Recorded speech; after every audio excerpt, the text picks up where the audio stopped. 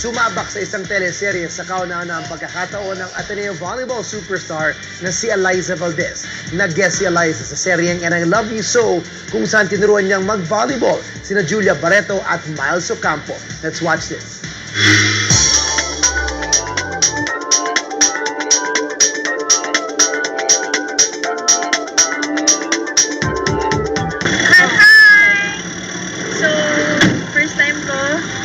Wish me luck, guys.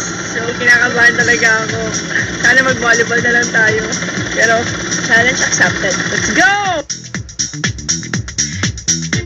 Ang gagawin lang natin is, you will come out with yourself.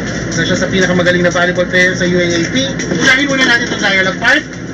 Then, yung... Okay. Tara! Walang man-judge sa akin pag hindi.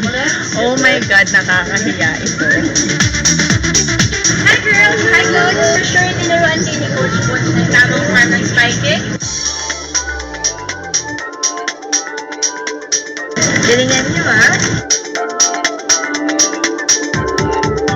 Nakakatawa dahil lagi siya yung peg namin na pag nagising kayo, dapat yung atake parang aray sa Valdez. So nakakatawa na nandito siya.